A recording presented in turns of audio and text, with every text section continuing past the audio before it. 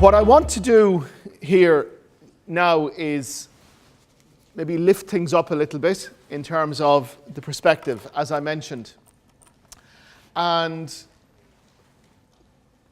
maybe leave us with not perhaps a terribly optimistic, but hopefully a roadmap through some of the issues that are, in my view, from what I've been reading and thinking about over the last couple of months, some of the major mega trends that are affecting the economy and society. Now, as business people, as academics, as people with an interest in how humans interact in the workplace, we need, I think, to be concerned not just with the economic aspects, but with the socio-political, the socio-climatical, the socio-cycle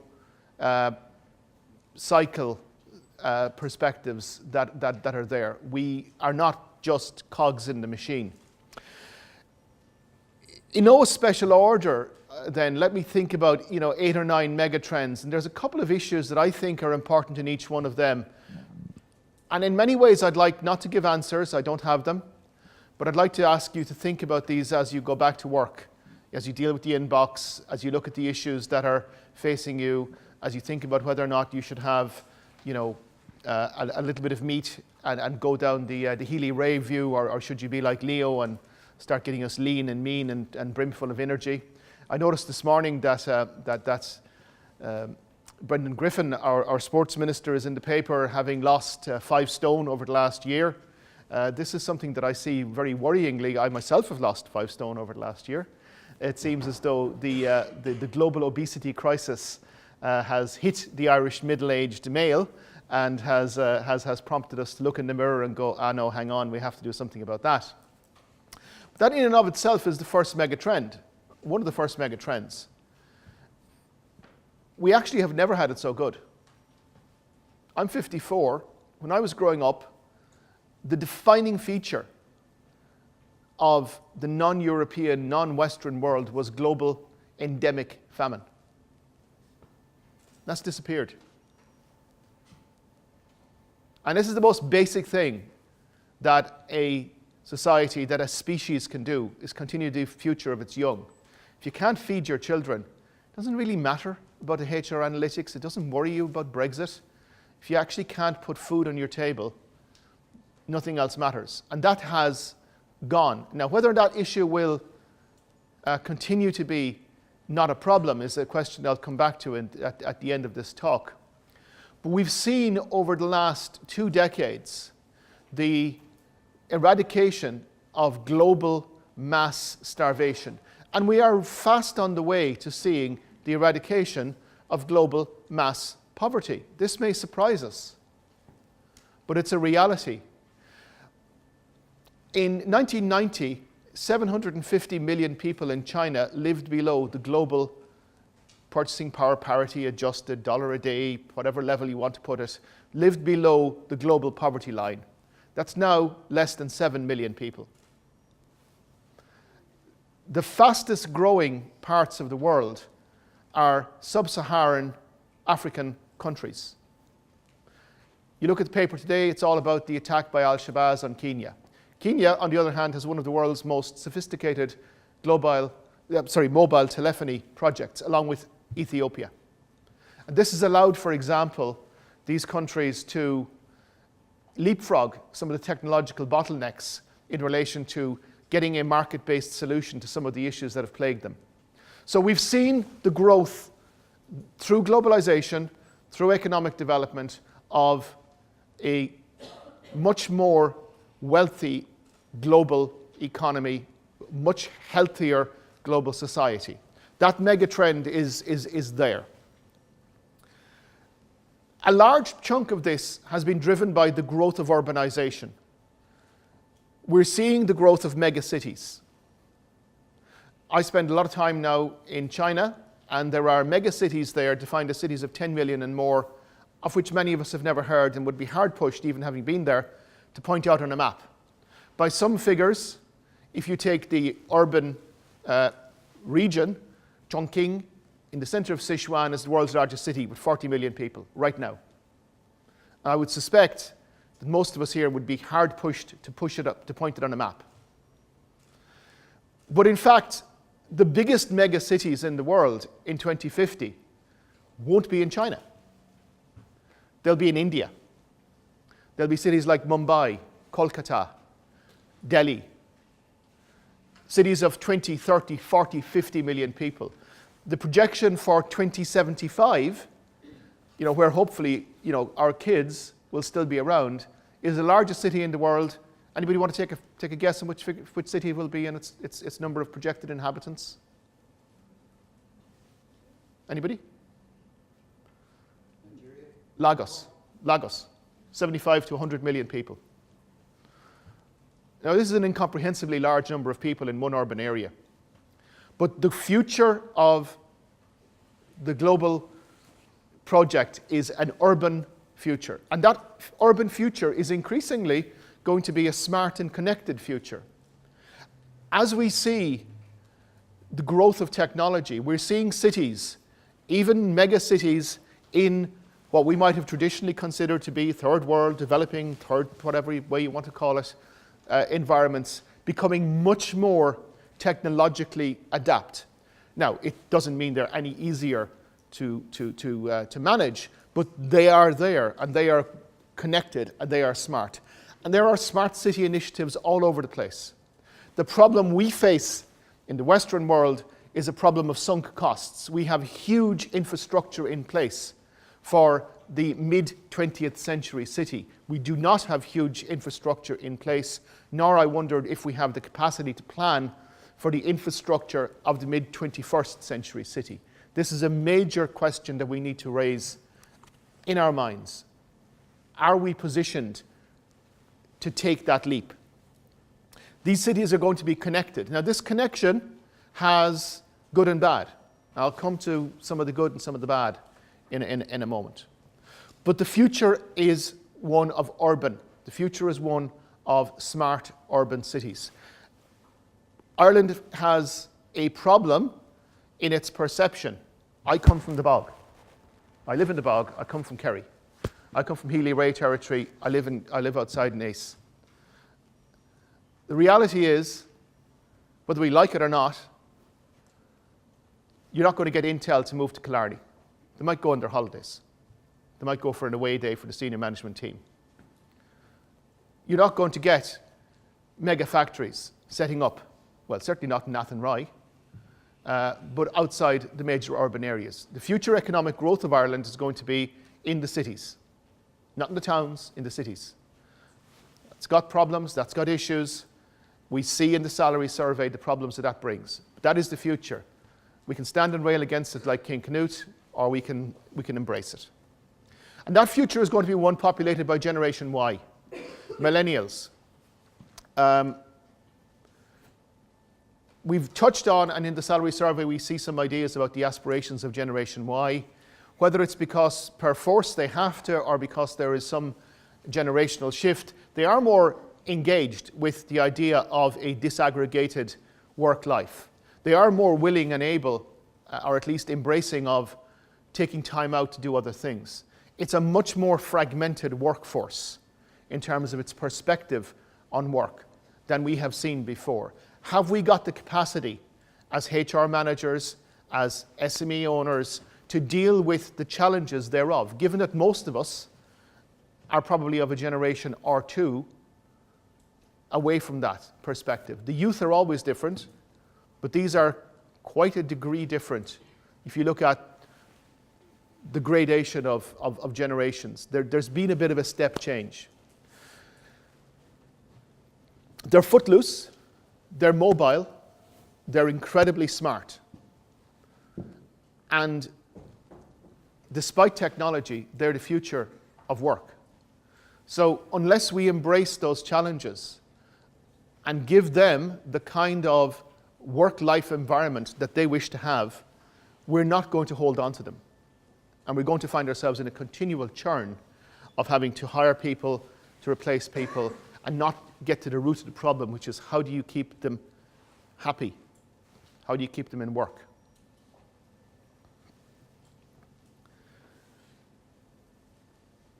A huge issue for the globe and for Ireland is infrastructure. We've seen a couple of pictures of the Belt and Road Initiative, and this is phenomenal. I don't know if anybody here has read Peter Frankopan's 2 books, The Silk Roads and The New Silk Roads, but they're really fantastic books. They're incredibly worth reading. They're deeply informed by a historical perspective. We're seeing the growth, the regrowth of, or the recentering of economic growth back towards historically where it has been, which is in Central and Eastern Asia. We're a small island off a peninsula, off another peninsula, off Asia. How do we connect with where things are? I mean, if you listened to the stories coming out of Rosslare yesterday, you'd wonder if we've even thought about the fact that we are an island. So there's a huge global infrastructural drive going on. This is led by China, but is not unique to China. It is quite possible the world's first interurban hyperloop will be in India. I've mentioned the fact that you've got significant investment going into mobile telephony in Eastern Africa. And we're still struggling with the National Broadband Plan. Yeah, we all laugh about it, and it is a joke, but that's the reality. So the other infrastructural issue is what I alluded to. If anybody has been in the States recently, one of the really interesting things I've noticed is how crap the infrastructure is becoming. It's falling apart, in some cases literally. The road surfaces aren't good, the bridges look pretty manky, the public infrastructure is tatty. What was the leading, the infrastructure is immensely dense, and that quantity has a quality all of its own.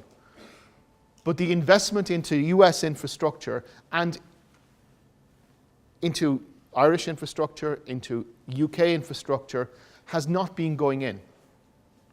We're seeing more of it on the continent. They're keeping the infrastructure up, a little bit better than we are, but there's a global infrastructural deficit, which means that any of us who have connections with the infrastructural space should find it a fruitful place in which to play.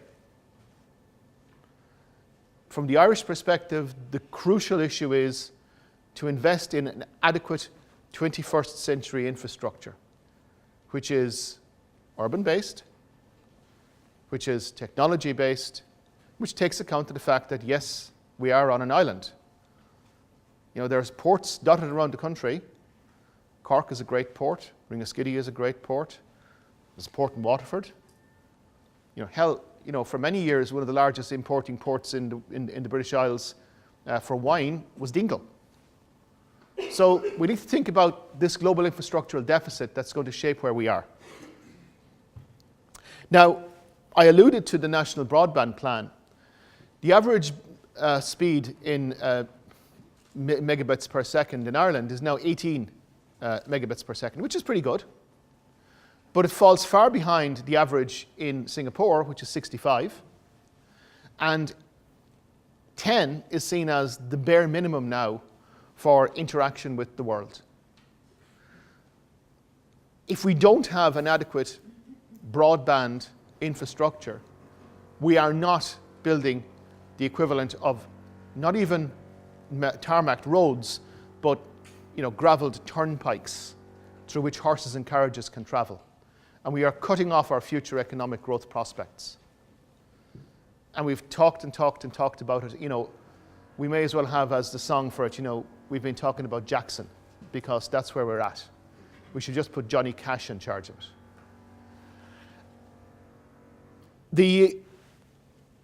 The other issue about technology is the speed at which some of the computing technology is advancing is quite astonishing. The density of transistors and circuits, and every week now we're seeing more and more nibbling away at the frontier of quantum computing, which will be a complete game changer, equivalent to the invention of electricity, or the harnessing of electricity. Once you get to a stage where you have working quantum computation, it opens up entire new realms of data analytics. It vastly increases individuals' and organizations' ability to interact with whatever they want to see. Now, that plays into another mega trend, which is mass ubiquitous computing. You know, there are probably 1,000 computers in this room right now. You know, phones are computers, Fitbits, smartwatches. Some people have smart pens. I don't quite know why. But it's becoming ubiquitous. The Internet of Things has exploded without anybody really wondering what's going on. So there's mass distributed computational power floating around, much of it quite poorly utilized, almost all of it extremely badly secured, and much of it deployable for, like all technology, good and evil. I mentioned the issue of connected cities, and that's great if you want to find out what's going on, if you're a city planner, if you're a traffic manager, if you're a police commander, you want to see what's happening where. But of course, in the hands of governments, this can become an interesting two-edged sword. So for example, again, take China. Now you've got possibly 750 to 800 million smart cameras in Chinese roads and cities. And there's a mass surveillance going on. Now, we can have our views about the ethics or otherwise of that, but to ignore it and to pretend that it won't come to us is just not on. If you go in now to a lot of Chinese buildings that are quasi-public buildings, so universities or government organizations, Chinese nationals will basically tap on with their ID card, which the government are using. They want to replace with RFID-enabled ID cards to keep better track of where people are. And of course, I don't have one of those. So every time I go past one of the monitoring screens, it's kind of flashing up, red, literally in Chinese letters above my head, intruder, intruder. Nobody cares because they know they're with me, but it just shows the facial recognition, the speed at which that has deployed is quite astonishing. Are we in our organizations ready for that? This morning, there's a very interesting piece in the English Independent, buried under the avalanche of Brexit sludge, including a fascinating piece on attitudes towards Brexit in Hull, which would make you really despair about the future of England. Brexit, that's something to do with Europe, isn't it? Is one of the comments from Nigel. And other comments which would really make you wonder if these people ever actually look at anything other than Richard and Judy. The answer is probably not. But you have in you have in that article a Chinese, again, and this is happening in India, it's happening in Indonesia. A company has been working with US company, and they basically put headbands on kids in school. And the argument is the headbands will basically send information on the extent to which kids are concentrating or not in school. And of course, then the good side is the teacher can say, well, look, Na is having difficulty concentrating, and Charles is technically dead. Donal is laser focused, so we can, get the undertakers for Charles and put some intervention into Na. But of course, and as an educator, I think it'd be fascinating to have that in the class to see who's actually listening to you. But you can see the potential for that going slightly astray. There's companies in the US which are chipping their employees. Now, I chip my dog because I have to. I'm not entirely sure I want to be chipped myself. And they say, oh, it's great, you can kind of get a snack from the soda machine by just waving your hand. You could do that by putting a quarter in. And it's the same as the Chinese RFID-enabled ID cards. You can see where your employees are. You can see what they're doing. It's a very short step from that to monitoring biorhythms and alpha waves and seeing if they're really concentrating or if they're just goofing off, watching cat videos, on YouTube. So mass ubiquitous computing is out there, and it is coming. And it's going to impact on the workforce. It's going to impact on our lives. What's going to be the situation when you have, I mean, right now, people here in this room are trawling through people's, what they thought were private social media feeds and saying, oh, I don't want that person. We saw with Alexandra, you know, some imbecile put up, oh, look at this person, she was dancing on a rooftop when she was in college. Like, yeah, is that a bad thing? But it's a short step from that to, you know, the doxing of people, and it's a short step further from there to organizations saying, don't like the way that person acted when they were 17. Well, I can tell you for a damn straight fact, if any of us could go back and observe ourselves at 17 or 27 or 37 or last night, we wouldn't hire ourselves. But that mass ubiquitous computing, the transparent society, is going to impact upon the world of work, and are we ready for it? The good news is, there's good news and bad news. The good news is, going back to the first point, we're seeing the growth of a global middle class, defined as earning more than $1,000 a year. Yeah, we're all in the global 1%, by the way. So when you start talking about the 1%, that's us. And the elephant graph is the problem. The elephant graph, the Nigels in Hull, the neon Nazis and the alt-brights of the Gilets jaunes, these are the sort of believing themselves to be left behind. They're left behind in a relative sense. And that scream of populist rage because brown people are taking my job, well, actually I'm unemployable, but never mind. That's the growth of the global middle class. The future economic locus is not in Ireland. It's not in Ireland. It's not in the UK. It's a bit in Germany, but it's mostly in India, Indonesia. The next 11 are a group of countries such as Egypt, Bangladesh, Ghana. I had them on a slide. I've forgotten what they are, but I'll send them to you. You can look them up. The N11, it's not just a road. It's the next countries below the BRICS where most economic growth is going to occur over the next number of years. And population growth and the growth of the global middle class. And guess what? Middle class people want what middle class people want. You know, they want to have a nice holiday. They want to have, you know, a better fridge, you know, maybe a flat screen TV, a nice car, some nice clothes, go out for dinner. It doesn't matter if they're in Jakarta or in Bohola. They want the same things. Because we're all human, and our desires and aspirations are essentially the same.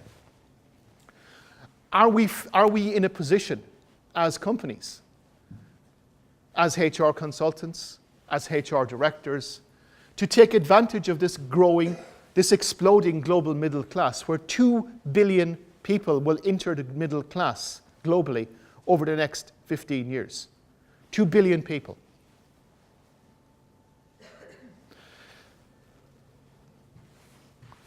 At the other side of it then, and this is where I'll finish, the biggest global megatrend is, of course, climate. So I was only partially joking when I said we'd address this. Now, you know, climate is cyclical, and despite what my esteemed countryman, Mr. Healy-Rae, thinks, it's not all explicable by cyclicality. Anthropogenic, in other words, human-induced global warming, is a fact. You can ignore it if you want to, but that's like saying there is no oxygen. Well, there might not be if we continue on the way we are. If you want to read two truly frightening books, read them. One is called The Ends of the World, ENDS, and it looks at 6 great mass extinctions worldwide. And apart from the dinosaurs who got whacked by a killer punch combination of volcanism and a giant asteroid falling on them, the majority of these ends of the world are associated with one thing and one thing only. The common factor, the common causal factor, has been a rapid spike in carbon dioxide. Oh gee, that sounds interesting. Aren't we having one of those right now? Right now we're at 440 parts per million and rising. We are baking in, literally, a 2 to 3% rise in average global mean temperatures, Celsius. And that takes us back to the warm, muggy times of the Pleistocene, 6 million years ago. The good news, I suppose, is that we've knocked in the forthcoming ice age, because we're just in a warm interglacial. We should around now be heading back towards the cold, but we've managed to knock that off tracks through our own human activity. But when you get up towards 700 and 800 million parts per million carbon dioxide, which we're on track for if we don't really do something about it, then you see some truly frightening changes happening. Has anybody here ever heard of methane hydrates? Charlie has. Go look up methane hydrates. These are dissolved icy slushes of methane-rich. Methane is 15 to 20 times more powerful as a global warming agent, or as a greenhouse gas, than carbon dioxide. If these start to destabilize out of the Siberian and Canadian permafrost, then we're literally cooked. 700, 800 million, they're starting to get bubbly. The other interesting book is 6 Degrees Will Change Your Life. And it looks at what happens if you've 1, 2, 3, 4, 5, 6 degrees. But for example, if you look at a 6-degree rise in global mean temperatures, coral reefs are dead. Miami is underwater. Bangladesh disappears. Is the Irish government ready for 2 to 3 meters of sea level rise? I mean, Cork can't cope with heavy bloody rain shower. What happens when, Laps Quay is under 2 meters of water? What about Wexford? What about Waterford? What about down the road? Where you're standing right now, where you're sitting right now, is the middle of the Liffey. We don't realise that. Back when Dublin was founded, the Liffey was 300 to 400 meters wide. We're living on reclaimed riverbank. What happens when we have these rises? What happens when we start baking out of the permafrost diseases that we haven't seen in human history? What happens when the wheat belts start to dry up? Now, there's some interesting stuff going on with genomics at the moment, where it turns out that the photosynthesis, as you might imagine, something that just evolves kind of quasi-randomly, photosynthesis is not particularly effective. So some people have managed to basically re-engineer the chemical pathways genetically of plants to take better advantage of sunlight. And you can get a 15 to 20% increase in plant mass. So it's a race then, a Red Queen's race perhaps, between wheat and other staple grain crops becoming less easy to grow, and those that do grow having greater yield. So, not a particularly happy megatrend, but it's there, it's ubiquitous. How do we deal with climate refugees? Europe has found it difficult to deal with 5 million middle-class Syrians. What do we do when there's 100 million would like to be middle-class climate refugees? What does China do? What does India do? What does Indonesia do? Australia puts them on a barren rock, but there's only so long you can do that.